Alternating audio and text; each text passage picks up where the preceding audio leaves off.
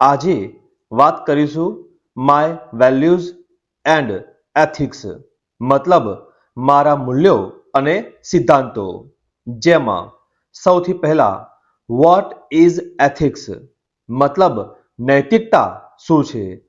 નૈતિકતાનો અર્થ એ છે કે માનવીય આચરણ માટે શું સાચું અને ખોટું તે નક્કી કરવું. એક સારો સમાજ બનાવવા માટે નૈતિકતા જરૂરી છે, જ્યાં દરેક વ્યક્તિ સલામતી અનુભવે છે અને આદરણીય છે. નૈતિકતા સામાન્ય રીતે સમગ્ર સમાજ માટે સમાન હોય છે. તે માટે ઉદાહરણ લઈએ. કોઈએ ભૂલથી પોતાનો મોબાઈલ ફોન બસમાં મૂકી દીધો છે. તમે તરત જ તેને પરત કરવા માટે તેમની પાસે દોડો. આ બતાવે છે કે તમારી પાસે પ્રામાણિકતાની નૈતિકતા છે. તે જ રીતે વોટ ઇઝ વેલ્યુઝ, મૂલ્યો શું છે. મૂલ્યો એ એવી માન્યતા છે જે આપણા વલણો અથવા ક્રિયાઓને માર્ગદર્શન આપે છે અથવા પ્રોત્સાહિત કરે છે. તે બતાવે છે કે વ્યક્તિ ઘરે, કામ પર અને સમાજમાં કેવી રીતે વિચારે છે, અનુભવે છે અને વર્તે છે. તે વ્યક્તિને ચારિત્ર્યને અલગ પાડે છે. તે નૈતિકતા કરતાં વધુ વ્યક્તિગત છે. તે માટે ઉદાહરણ જોઈએ. તમારું મૂલ્ય નિયમિત છે. તમે હંમેશા સમયસર રહો છો, પરંતુ એવો સમય આવે છે ત્યારે તમે સમયસર ન હોઈ શકો. પછી તમારા મૂલ્યો અનુસાર ન જીવવા બદલ તમને ખરાબ લાગે છે. દરેક વ્યક્તિના પોતાના મૂલ્યો હોય છે, જે તેમના કુટુંબ, સંસ્કૃતિ, ધર્મ વગેરે દ્વારા તેમને શીખવવામાં આવે છે. ત્યાર પછી how ethics and values impact our behaviour, મતલબ નૈતિકતા અને મૂલ્યો આપણા વર્તણૂકને કેવી રીતે અસર કરે છે. આપણી નૈતિકતા અને મૂલ્યો આપણા ચારિત્ર્યના આધાર સ્તંભો રચે છે. ચારિત્ર્યના મુખ્ય 6 સ્તંભો છે.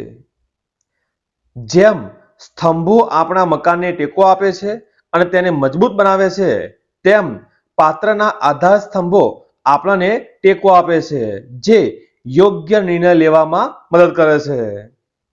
તો હવે ચારિત્ર્યના મુખ્ય 6 સ્તંભોને વારાફરતી જોઈશું, જેમાં સૌથી પહેલા ટ્રસ્ટવર્થનેસ, મતલબ વિશ્વસનીયતા, જેના લક્ષણોમાં પ્રામાણિક બનો, ભરોસાપાત્ર બનો, વફાદાર રહો. ત્યાર પછી રિસ્પોન્સિબિલિટી, મતલબ જવાબદારી, જેના લક્ષણો જવાબદાર બનો, પ્રયત્ન કરતા રહો, હંમેશા તમારા શ્રેષ્ઠ પ્રયાસો કરો, તમે પગલું ભરતા પહેલા વિચારો, આત્મસંયમનો ઉપયોગ કરો અને સ્વશિસ્તબદ્ધ બનો. 3. કેરિંગ, મતલબ કાળજી, જેમાં દયાળુ બનો, સહાનુભૂતિ બતાવો, જરૂરિયાતમંદ લોકોને મદદ કરો. 4.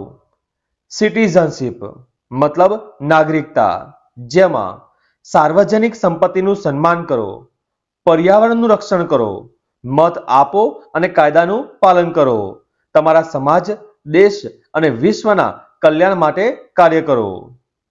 5મો આધાર સ્તંભ ફેરનેસ, મતલબ ઉચિતતા, જેમાં બિનનિર્ણાયક બનો, તથ્યોના આધારે નિર્ણય લો, ખુલ્લા મનના રહો, ફેક ન્યૂઝ ફેલાવશો નહીં.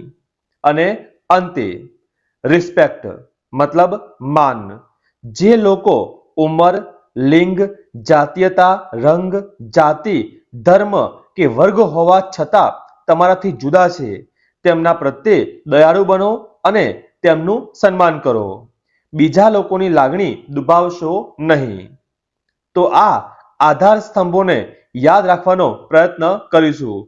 આવા જ એમ્પ્લોયબિલિટી સ્કિલ્સ સંલગ્ન તમામ વિડીયો માટે ચેનલને સબસ્ક્રાઇબ કરો. જલ્દી મળીશું નવા વિડીયોમાં.